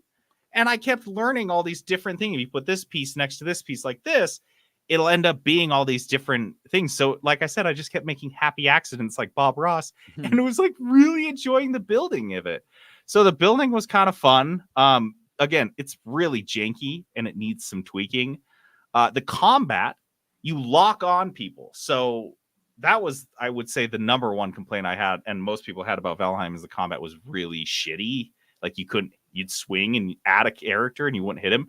This is lock on combat, and there's like really cool animations. Your character like leap across the map or across like the field and hit somebody and then leap to someone else that they're locked on. The kind of idea here is you dip into the world. Parts of it have been enshrouded, which is like this fog, and you go into the foggy areas, and that's where you collect good shit, like good things you need items for crafting. But you can only be in there's like a 5-minute timer that starts. I never used all 5 minutes of it, so I don't know what happens. Maybe you just start getting sick, which you can get sick by eating uncooked food. But yeah, it was, I mean, I enjoyed it a lot. Like I said, there's a freaking glider, like you get wingsuit. You get a wingsuit right away. It's so weird. So it looks like they focused on mobility and combat quite a bit. Yes. Watching the video, I gotta say, the weird thought I had, I was like, what if this game makes me feel like, what if Valheim was good? And it was so rude. But it's true. It's like all the gripes I had about Valheim, it's like they took and built out in this game. Like it seems like they're better programmers than the Valheim programmers. And they had an idea of what they wanted. Valheim seemed like they made that initial game that we all played and loved, and then they didn't know what the end goal was. They had that roadmap, and they haven't been following it. They don't know what they're doing. But with this, it seems like they know what they're doing, and they have an idea. They have an image. They have a vision. I just think this game has tons of fucking potential. I don't know when it's coming out. Pretty good. But everything was just smooth. I kind of thought, the way I looked at the trailers, I thought it's overselling. And when I get into the game, it's going to not play like it looks in these trailers. It does. It plays great. You can bring your friends in, like Valheim, the same idea. You can play on like a group server. So yeah, I enshrouded. Aaron, what was your take? Did you have a? Yeah, same. Like I think it has tons of potential. Like it's like you said, it's a little bit janky here and there. And when you do build, you can build full walls, and they give you an option of, I think it's like control. You can select the building material, so you can swap between the wood and the stone really easily. Instead of like selecting all of your stone, all of your wood, like you just select whatever pieces you want. And like the combat was pretty solid. It was just like it kept checking all the boxes that I like role playing, kind of action RPG, building, crafting, exploration, and they did a pretty good job. I'm stoked for it. Yeah, definitely wish listed this one. Yeah. Did you get the impression, Aaron? And I know this is way beyond like way forward looking, but did you get the impression that they would be hosting, or you're gonna have to like host your own server on this? Because I kind of felt like, because there was an option to, right? Like when you jump in, like you can host or jump into somebody else's game. Because if they're gonna host multiplayer games themselves, like people, because that was one of the biggest problems with Valheim, is figuring out how to set up a server and do all that shit. If they've talk about checking boxes off, if they check that box off, like in the money. Peterson, you're up next, dude. All right, I only have one more that I'm going to talk about. This one also, I think, was terribly named. Gunhead was fine. This one was really bad. It's called Apocalypse Party. I'm not even sure why it's called that. Because it's fun, Peterson. Okay. Because we're not Italians here. We like to have fun. We're having with our apocalypses. Okay. Yeah, but okay. So what this is, I just don't understand.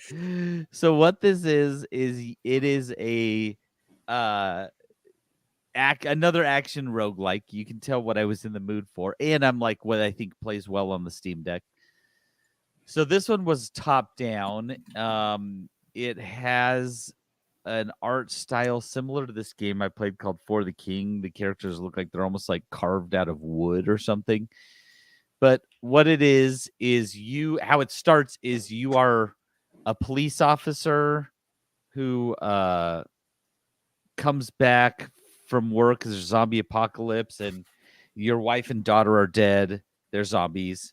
And you just like lose your mind and go out and just kill as many zombies as you can. They drop a nuke. You wake up in the Middle Ages, medieval times, but you have Army of Darkness guns. style. Okay. You've got guns and you run around. And there's just like hordes of zombies just constantly spawning and chasing you. And you're shooting them. And then you run, there's boxes, and you find a new weapon. You can trade out your weapon pretty quick. You can add new armor. It's a roguelike. There's just, you go find stuff and you just keep shooting these bad guys. There's these, and then there's these bosses. There's 3 bosses you have to kill. You go find them and you just start killing them. I unlocked, it looks like there's a ton of characters to unlock. I mean, I was playing the demo. I only unlocked 2 extras, so I had the first 3. Mm-hmm. But I can even see in the screenshots there's like, I'm seeing 15 plus characters. But yeah, one guy was a melee guy, and I was running around with swords, just killing zombies, finding these bosses and fighting them, unlocking stuff, and then you would die, and it would like spawn you right back in. You'd come back in, and so yeah, this was it. Honestly, there wasn't a lot to it. It is, my biggest complaint was that it's a twin stick, so you're using one stick to move and the other one to aim. And so I'm just like running away constantly, like walking backwards the whole time because there's a horde One of of those zombies kiting behind games. Yeah, just you're constantly kiting. And like every now and then I'd go down an alleyway and then there would just be a gigantic horde of zombies coming behind me and I'd have to just like shoot my way through. There was a lot of like super random items you could pick up. Oh, and they weren't stingy with items and leveling up your hero. Actually, they did a great job with that because when you'd level up, there'd be little tags for each level up. Like this one levels up your guns and your ammo and like all this stuff. And then it would show you, because you get little bonuses. The more you leveled up a certain thing, a certain tag, you'd get bonuses. So when you'd mouse over each of them, it would show you this will add a point to this. This will add a point to this. So it actually like made it really easy to make a build, which I appreciated. I didn't want to spend so much time like reading through and trying to figure out like what the freak I'm trying to build here. It would help you a lot with that. So that was really great. But you could pick up items that just like, I picked up a barbecue grill that would shoot out flaming pieces of meat at people. I don't know why. I picked up a giant fire troll who would just follow me around and stomp things. And then I picked up these 4 like little tiny little knights. They like little dwarf knights that would run around. They had little bodies and huge heads and they would fight for me. I picked up an egg that would periodically hatch a gigantic dragon that would just start burning everything. So like Vampire Survivors, kind of that type of gameplay, like the bullet hell. Yeah. But there's just like zombies everywhere chasing you. And then harder zombies would come out that would throw spears at you. And it was fun. Was it hard? It was kind of hard. I did die several times. Was it super interesting? No, it wasn't. But I did have fun playing it. I haven't added it to my wish list. I would buy this game for $5. Kind of like Vampire Survivors. Okay. Like you buy that for super cheap, play it for a little while, and then you just kind of bounce off right away. Like Brotato, play it for a little while, bounce off, and jump with it. Totally happy to have bought those games, played them, and bounced off because I spent $5 or less on them. That's what this one is. I didn't see any like besides unlocking guys, just like you do in those other two games, I didn't see much like progression, in the game. So I can't imagine it's much deeper than what I saw. And I'm okay with that as long as it's not like $15-20, which seems like it would be a ripoff. If this game's $5 or less, I will absolutely buy it and play it on the Steam Deck. Yeah. So that's kind of where I'm at. Okay. Running low on time. Let's see. Let's do one more. Fire round. Just blast through. Fire round. Give us a good one. I don't Okay, even well- want to talk about this next game that much. Okay, you Okay. go, Jenna. Turnip Okay, boy. well, first off, shout out to Skylar for pointing out this game to me, because if I had missed it, I would have been sad. So thank you, Skylar, for not making me sad. I don't even want to tell you anything about this game other than to wish list it and frickin' play it. Otherwise, I'll be judging you silently over here in the It's back. Turnip Boy. She I played love Turnip that. It's Boy. Turnip Boy, Turnip Boy. robs a frickin' bank. And not only did they build off the first one to make it way better, they just did. It's just awesome. That's it. Just wish list it, fools. Turnip boy. Okay. And then I'll go through mine pretty quick. So Okay. Nevermorn is a roguelike necromancer game where you're slashing up little demons and then resurrecting them to be part of your little crew. You can Mhm. have up to 6 minor demons and then 1 major enemy or whatever fight with you, so you can Okay. resurrect them, and then you can basically kill them and then resurrect something else that you fought that you kind of wanted to be a part of. So like you can resurrect a mage or a healer or like a brawler type thing, so you kind of get your own little party. It's This is fine. an action game where you're like running around swinging a weapon. Yeah, you're running around. You go into zone to zone, and you're getting 1 of 3 power ups each zone you go to. So very, just like every other roguelike kind of thing. Yeah. Nice. Was it It's fun? It's fine. It needs more polish and more stuff, but it's okay. Okay. This next one I thought is pretty cool. It's not something that I would probably ever buy, but I can appreciate it. It's Laika Age Through Blood. Laika.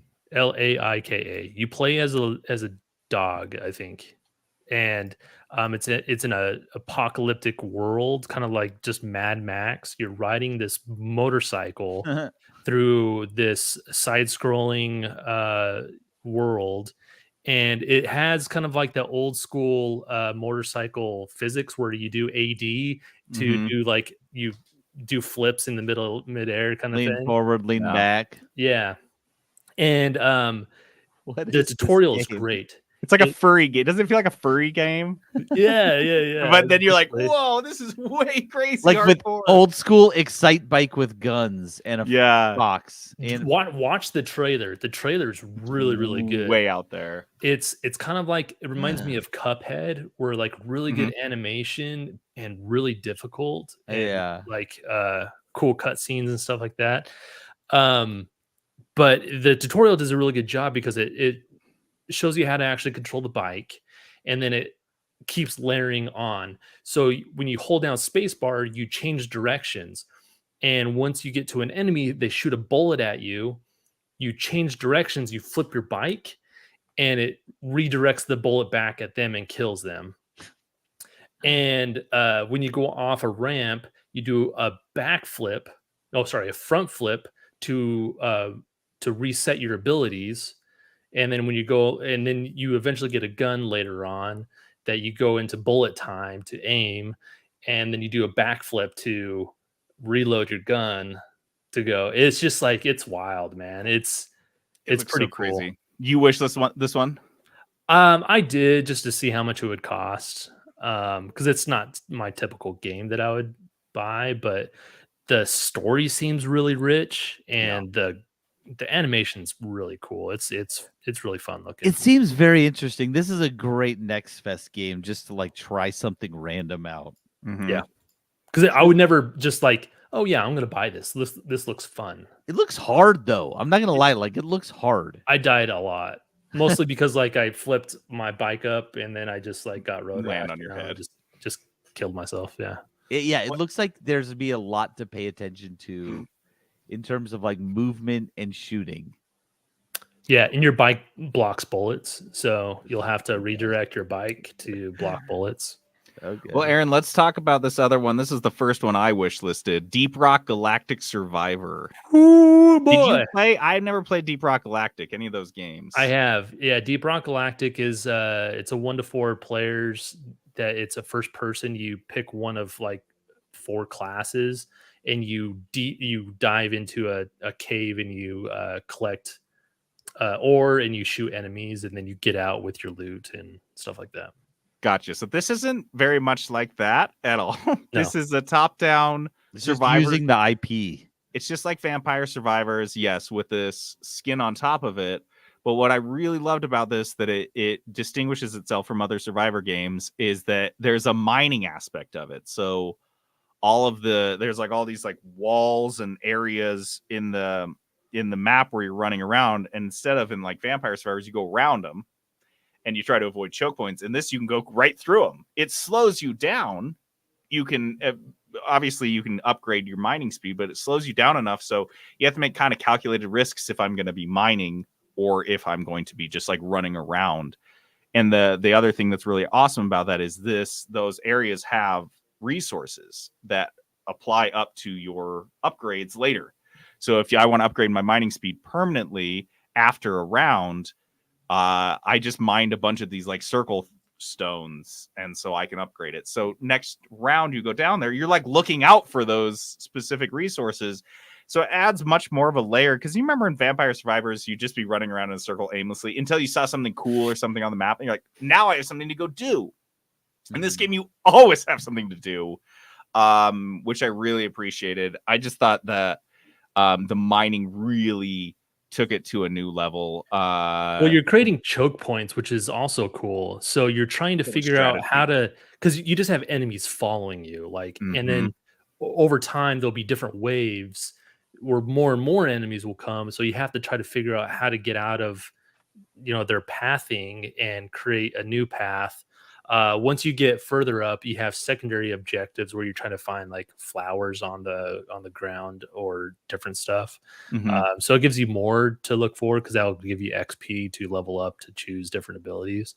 The one gripe I had, I feel like there's one path to go and it's all ballistics. I feel like the cryo grenade is kind of lacking. I don't know. I never found it useful, but I didn't liked really it for upgrade slowing it enough. people down. But I tried a bunch of different builds, and that's what I thought was cool. Is I thought the weapons really the weapons were tight in terms of like they'd gotten the gameplays, the weapons fun, the graphics were really solid, and the choke points you mentioned. Because one of the things, and maybe I'm wrong, but it seemed to me like there was a finite amount of enemies on the map. Whereas with Vampire Survivors, it's just like it's constantly just spawning in new waves. Yeah, but in this game, there's like you could probably count them. There's 120 enemies right now, and then the new wave will come. They'll come up. But what that means is you can run away to the point, even when there's shit tons of enemies. If you're running and you're moving through your paths, you can get to a point where there's no enemies on your screen. Is what I get. And they'll all catch up to you, because like Aaron said, they're following you like crazy. But that's how you can set up these choke points and really be tactical more so than these other Survivor games. So this was an instant wish list. Aaron, did you wish list it? Oh, 100%. Yeah. This one I loved. And then the last game I had to talk about was Last Train Home. This one may be my favorite. This one is unbelievable. It's very historically accurate, but it is an alternative history game. It's set on a train that you are heading from west to east to Vladivostok, which is on the eastern coast of Russia, because you are a Czechoslovakian legion that is abandoned and stranded in Russia trying to get home. And you got to go east because you can't go west. And you got to go through the middle of the Russian Civil War, which is also happening. I looked this up. This is a real fucking thing. The Czechoslovakian army gets together in 1917 because they're like, hey, we want to make Czechoslovakia a country. We'll win some friends by fighting in the Great War. They head on over to Russia, start kicking the shit out of Germany's ass. Russia decides they're going to have a civil war in the middle of it. And this legion is just abandoned in Russia. So what do? They're like, the Czechoslovakian government's like, come on home. And they're like, we can't get there. They're like, then go east. We'll pick you up. We'll send a Russian and American, or we'll send Japanese and American ships to pick you up. So what do these guys do? They take over the Trans-Siberian Railroad. They just own it. A Czechoslovakian Legion unit just ran the Trans-Siberian Railroad for a couple years because that's how they got home. That's just, it's the craziest fucking story. And that's where this takes place, is you are on this train. You're obviously managing the train. You're keeping it like running and healthy. You're keeping it fueled. And then with your soldiers, it takes kind of, I think like kind of a company of heroes. I haven't played a lot of these tactical games, but you will go off on little excursions from your train to get resources, or because, you know, someone's sent you a message and you need to go check on them. And then you set up your soldiers strategically, and you can just hit spacebar and pause the whole game and send this guy there and this guy there and this guy there, and then hit spacebar again, and they all kind of play it out. I liked the game. The gameplay was really great. The line of fire stuff was really cool. It seems very, very deep in terms of you get back from a sortie with your soldiers and you can start promoting them, and promoting certain soldiers does certain things, unlocks certain abilities. Oh, now that guy can, he can upgrade the train, and I'm going to put him on the coal car because he's got more engineering skills. So there's tons of that type of management aspect to it. But for me, as like a history major and like a history nut, I just love the story. I think that's the coolest fucking story ever. And I'm like, that's the story I'd hear about and be like, why haven't they made a video game out of this? But they did.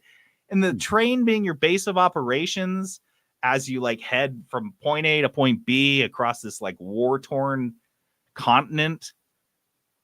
It's the coolest idea ever. Last train home. It's an RTS, by the way. So like real-time strategy game.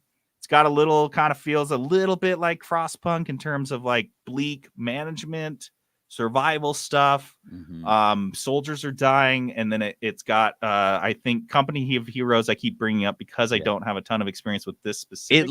It looks like very similar. You only have like 8 guys, so it's not like an army. You have like 5 to 8 guys in these like groups, and so you're not doing big waves or flanking necessarily. It's just little kind of sorties. So that's Last Train Home. I wish listed that so fast. I'm so excited for that to come out. Sweet. Is that it? Did we do it? Did we do all of the Nextfest Steamfest next? Aaron, you got any more? Oh, is he muted? Yep, that's it. Okay. All right, let's move on. Let's do it.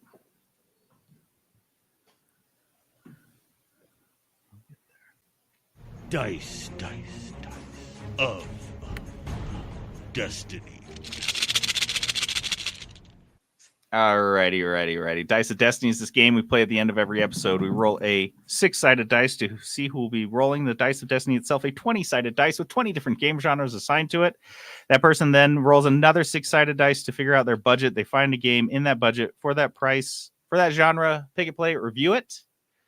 And a week ago, I rolled a platformer, a $40 platformer game. And he spent all $40. $89 on it. No, oh my God. This one, I've just got to send out a huge thanks to one of our listeners, Abby, who had recently gifted me this game because it was on my wish list.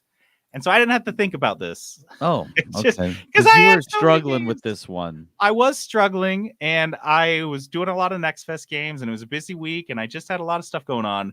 And so I didn't have time to look necessarily. So I will be playing the game that Abby sent me, Skull, the Hero Slayer. Wait, this is a it's a 2D platformer, and it's a roguelite, action roguelite.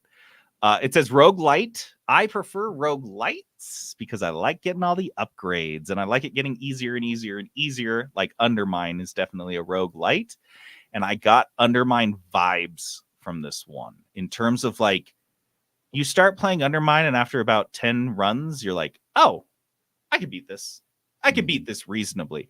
I started playing Dead Dead Dead Cells. Cells, and I was like, I don't know. I might have to put 100 hours in this, and I don't know where the end is. I couldn't feel it, but I could kind of feel it from this one, just from the trailer. I may be wrong, but yeah, I thought this game seemed doable. Like I could beat it. So I picked Skull. I'll put it on here. The Hero Slayer. Hero Slayer. Okay, that's it. You guys, we Okay. did it. Next week, A we'll talk about tight Skull. sewed. To play us out, we have music from Aaron's game that he played. The Whisper is the name of the song. It's from Leica, Aged Through Blood. It's nice. It's a nice song. Thanks for sticking around with us on this long Nextfest Steam Sode. If you guys played any of the Nextfest games, I know Skylar was playing. I think he played Deep Rock Galactic and Enshrouded. We were chatting about it. So jump into the Discord and let's shoot the shit about the games you played. Because apparently this happens every like 2 months now. So we love it. Free I'm JD. content, baby. I'm JD logging off. This is Peterson going AFK. Aaron rolling out. This is Jenna. See you later. Oh, just gonna be boom diddly again.